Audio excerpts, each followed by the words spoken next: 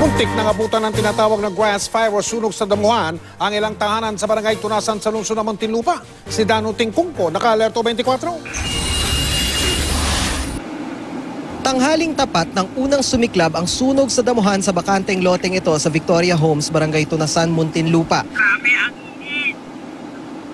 Kita sa video ang lapit ng inabot ng apoy sa ilang mga bahay, kabilang ang isang ginagawang bahay na muntik ng madilaan ng apoy. Kwento ng mga trabahador sa bahay, mabilis daw kumalat ang apoy, lalo na nung lumapit ang direksyon ng hangin papunta sa kanila.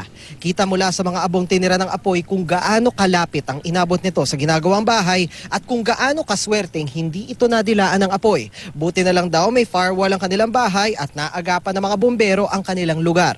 Medyo mahangin po, tsaka malakas din po. Yung hangin papunta saan? Sa inyo? Dito po yung hangin po, papunta rito. Medyo kinabahan lang po.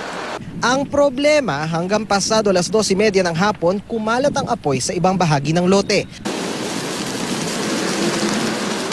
Paminsan-minsang lumalakas ang ningas, pero kung gaano kabilis at kataas ng liab, siya ring bilis ng paghupa nito matapos ang ilang minuto. Bago mag-alas 3 ng hapon, nawala na rin ang mga liab.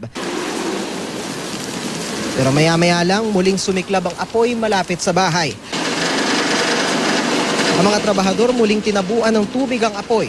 Maging ang mga taga-barangay San Antonio ng San Pedro, Laguna na katabing bayan lang, tumulong na rin sa pagpatay ng nanumbalik na siklab. Dano Tingkungko, naka-alerto 24.